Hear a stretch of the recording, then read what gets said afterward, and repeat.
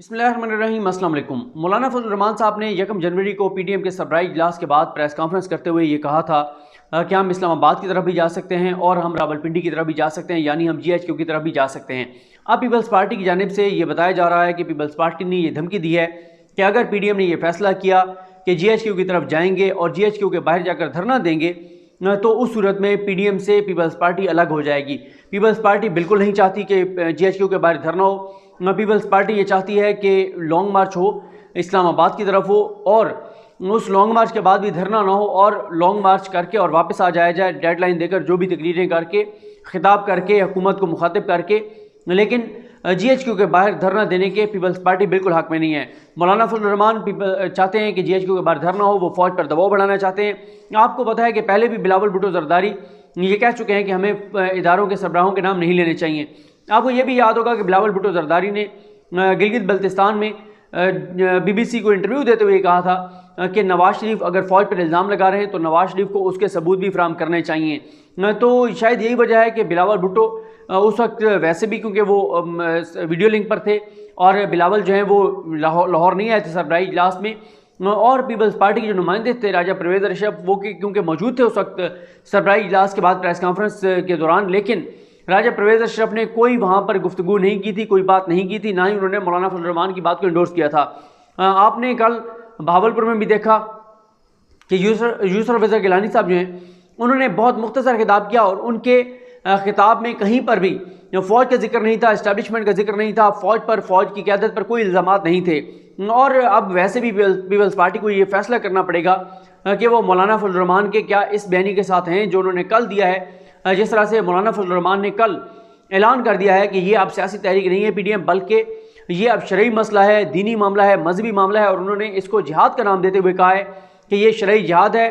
और उन्होंने कहा है हमारी गैरत ये गवारा नहीं करती कि इमरान खान जैसा शख्स हमारा वज़ीर आज़म हो, इसलिए दीनी गैरत और हमीयत का तकाजा ये है कि इमरान खान को ओहदे से हटाया जाए, और जब तक इमरान खान को नहीं हटाया जाता तब तक ये जिहाद जारी रहेगा। और उन्होंने कहा कि अब इस जिहाद से पीछे हटना गुनाह कबीरा होगा। अब पीपल्स पार्टी को फैसला करना होगा, क्योंकि अगर पीपल्स पार्टी मौलाना फजल रहमान के इस फतवे को मानती है, इस बात को मानती है कि कोई भी शख्स पाकिस्तान में खड़ा होकर खुद ये फैसला कर ले कि शरीयत क्या कहती है, तो फिर पीपल्स पार्टी कैसे उस मामले की मुखालफत करेगी जो वो आज तक करती आई है। पीपल्स पार्टी आज तक मुखालफत करती है कि मुमताज़ कादरी ने जो किया वो गलत किया। पीपल्स पार्टी ये कहती है कि मुमताज़ कादरी को कानून हाथ में नहीं लेना चाहिए था। पीपल्स पार्टी ये कहती है कि अगर सलमान तासीर पर यह इल्ज़ाम था कि उसने आसिया बीबी के हक़ में बात करके या वो जो बयान दिया था वो गुस्ताखी रसूल की थी, तो पीपल्स पार्टी का मौक़िफ़ यह कि मामला अदालत में जाना चाहिए था। जबकि दूसरी तरफ ये कहा जाता है कि नहीं, क्योंकि ये क्लियर कट था कि सलमान तासीर ने गुस्ताखी की है तो मुमताज़ कादरी ने बिल्कुल दुरुस्त किया है।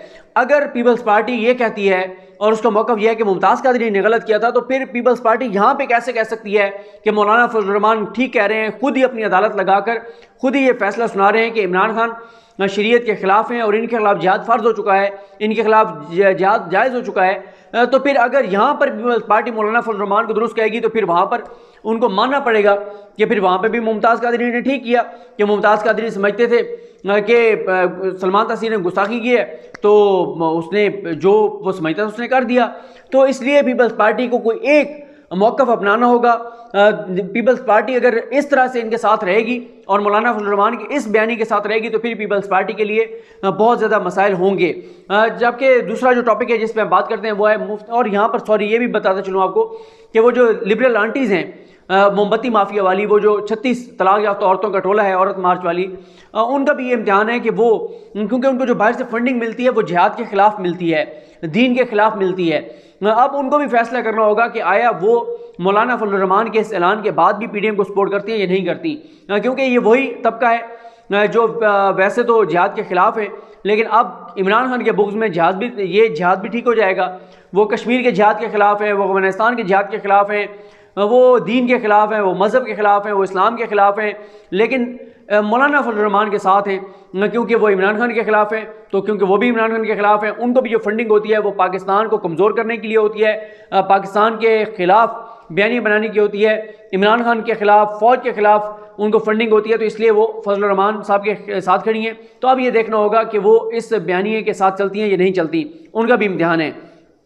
इसके बाद मुफ्ती किफ़ायतुल्लाह साहब वाले मामले पर आते हैं। मुफ्ती किफ़ायतुल्लाह साहब जिन्होंने बहुत सख्त बयान दिया, जिन्होंने कहा कि फ़ौज के जर्नलों को लटकाना चाहिए, इनकी गर्दनें उड़ानी चाहिए, सख्त बयान दिया। उसके बाद से जब ये कार्रवाई शुरू हुई, 4 उनके फैमिली के लोग गिरफ्तार हो चुके हैं, लेकिन मौलाना फजलुर रहमान ने उनको बिल्कुल तनहा छोड़ दिया है, बिल्कुल अकेला छोड़ दिया है।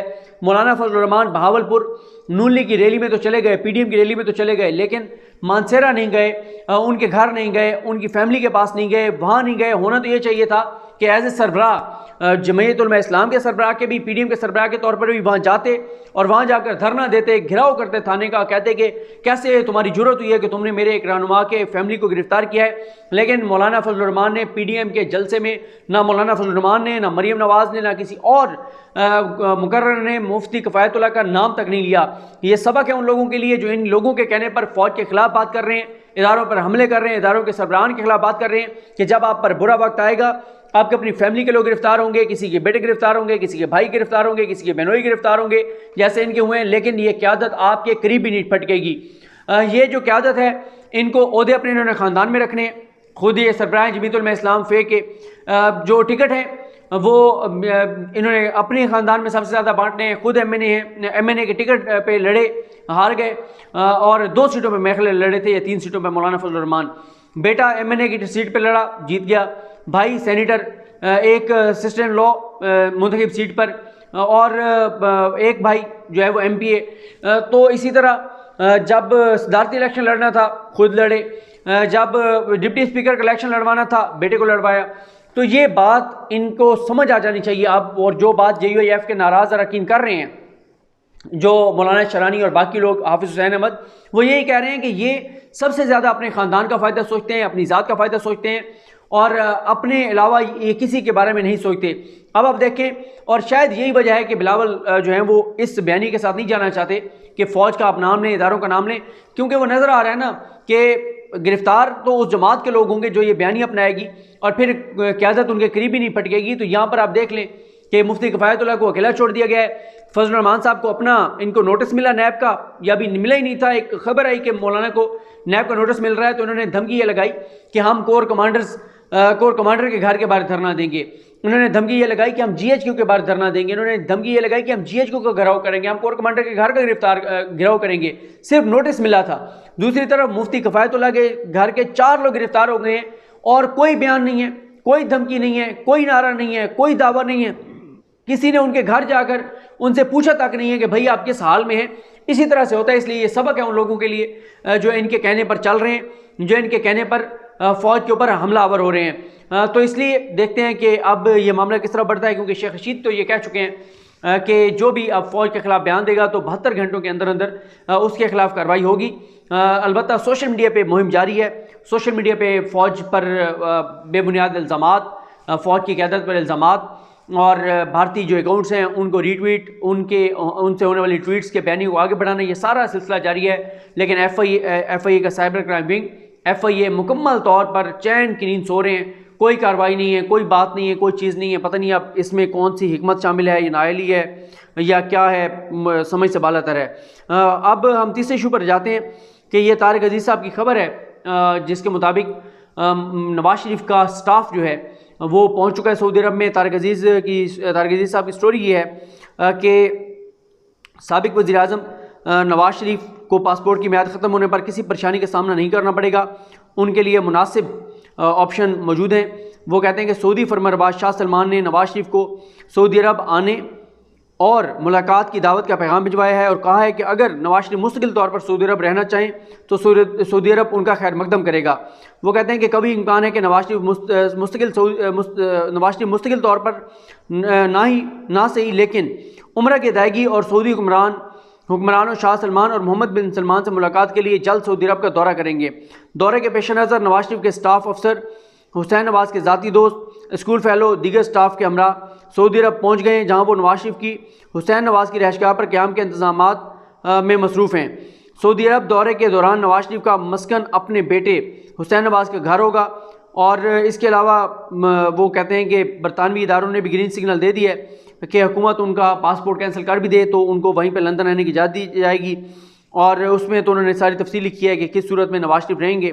उसके बाद जो इसकी तफसील है जो मैंने आपको बताया था कि सऊदी अरब वाली, तो वो कहते हैं कि उम्रा के लिए सऊदी अरब ज़रूर जाएंगे लेकिन मुस्तकिल रहाइश लंदन में ही रखेंगे क्योंकि उनका इलाज वहाँ होना है। आखिरी ऑप्शन के तौर पर अमरीका मुंतकली पर गौर किया गया है। अगरचे अमरीका जाने के इम्कानात कम हैं लेकिन उनके ज़ाती और कारोबारी दोस्त शेख सईद मुमकिन इंतजामात के लिए मनसूबाबंदी कर चुके हैं। मज़कूरा बारह सूरत हाल में नवाज शरीफ के पास एक से ज़्यादा चॉइस मौजूद है। नवाज शरीफ अगर कतर मुंतकिल होना चाहें तो वहाँ के हुक्मरानों से सैफ उर रहमान बात कर चुके हैं जिन्होंने नवाज शरीफ की मुतवक्की आमद का खैर मकदम किया है। सैफ उर रहमान के कतरी हुक्मरानों से ज़ाती तल्लुकात हैं जबकि शरीफ ख़ानदान के लिए भी वो इज़्ज़त और एहतराम का जज्बा रखते हैं, लेकिन इस बात का इम्कान बहुत कम है कि नवाज शरीफ लंदन छोड़कर अमेरिका, सऊदीया या कतर मुंतकिल हो जाएं। अलबत्ता वो उम्रा की अदायगी के लिए सऊदी अरब ज़रूर जाएंगे। और ये भी है कि सऊदी अरब के इदारों ने उनको कह दिया है कि आपको जो है वो पाकिस्तान हम नहीं भेजेंगे और आपको यहाँ पर मुकम्मल तौर पर फैसिलिटेट किया जाएगा।